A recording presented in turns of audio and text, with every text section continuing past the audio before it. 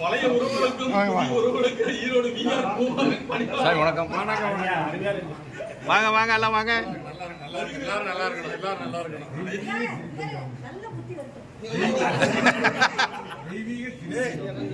நல்ல புத்தி வரணும். சரவணன் சொல்லு. எங்க சரவணன் நைட்டு சும்மா இல்லாம ஒரு கோட்டை கோடி கையில வச்சுக்கிட்டு பேசுறேன். அதுல கிரக காரணத்துவ நாட்டுல அப்பதான் பலன் பிடிக்கும். நீங்க முண்டக்க நான் இப்படி சேர்த்து சொல்றேன் இப்படி சேர்த்து சொல்றேன் அப்படின்லாம் வந்து நீங்க பேசக்கூடாது. ஏன்னா ஒரு விஷயத்த அந்த சங்கராச்சாரியத்துல அவ்வளவு செய்யுள் இருக்கு. எந்த செய்யுளுமே சொல்லாத பிரியம். ஆனா நமக்கு வேண்டிய அந்த ஒரு செய்யுளை மட்டும் என்ன செய்யுது, இது உனக்கு புரியுதுமா இருக்கா, இன்னொரு தடவை படி, படிச்சாச்சு, சரி இன்னொரு தடவை படி, புரியுதா அப்படின்னு சொல்லி அது என்ன செய்யுது, புரிய வைக்குது. ஒரு பாடல் சரி இன்னைக்கு ஒரு பாடல் கொடுத்துச்சு, இதே மாதிரி இன்னொரு பாடல் நம்ம போடுவோமானா கிட்ட வராது அப்படின்னு அடுத்து, ஏன்னா அதை கையிலேயே வச்சுக்கணும், பெரட்டிக்கிட்டே இருக்கணும். எங்கேயாவது ஒரு இடத்துல நமக்கு வந்து ஒரு சூட்சமத்தை அது சொல்லி கொடுக்கணும். நாமளா படிச்சு நாமளா அதுல இருந்து பெரிய விஷயத்தை எடுத்துடணும். இந்த நூலுக்குள்ள போகக்கூடாது. ஒரு நூலை தொடும்போது அந்த நூலை எழுதிய ஆசிரியருக்கு ஒரு வணக்கம் சொல்லணும். எப்பயுமே இது எனக்கு அதை சொல்லி கொடுத்து புத்தகத்தை கையில அவங்க அந்த எழுத்தாளருக்கு ஒரு நன்றி சொல்லிட்டு அந்த புத்தகத்தை படி என்ன நடக்குமா அவர் என்கிட்ட சொல்லுது.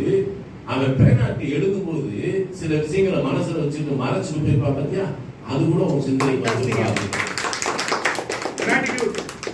உண்மை.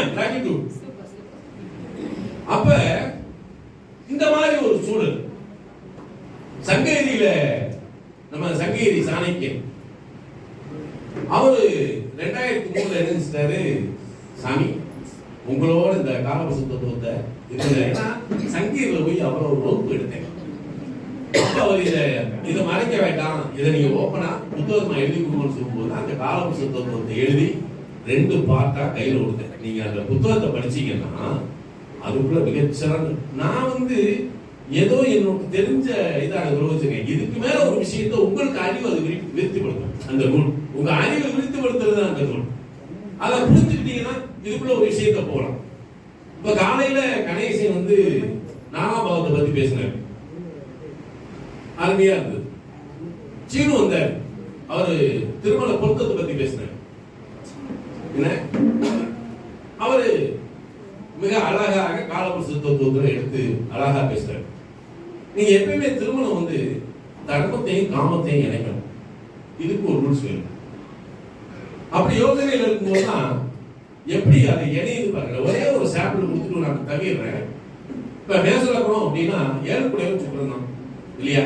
இந்த சுக்கரன் இந்த மேசத்தோட இணைக்கணும். அப்ப எப்படி இணைப்பீங்க? அப்ப பரணி பூரம் பூராட்டோட 3 நட்சத்திரம் இருக்கு. இப்ப தன சப்தமாதிபதியாகிய சுக்கரனை, கலசர ஸ்தானாதிபதியாகிய கலத்திர காரணாகிய சுக்கரனை இந்த 1-5-9 தர்ம திரிகோணத்துல உள்ள வச்சிருக்காங்க. அப்ப மேசத்துக்கு அது தர்ம திரிகோணம்.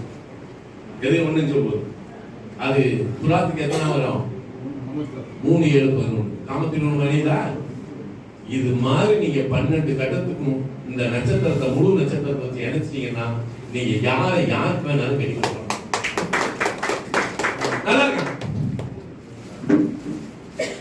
ஒரு தடவை ஒரு 72 வயது ஒரு பேர் ஐயா, இது ஒரு 20-25 வருஷத்துக்கு முன்னாடி நடந்தது. நான் வீட்டுல வச்சு தாங்க பார்க்கும்போது அந்த அம்மாவுக்கு 65 வயசு.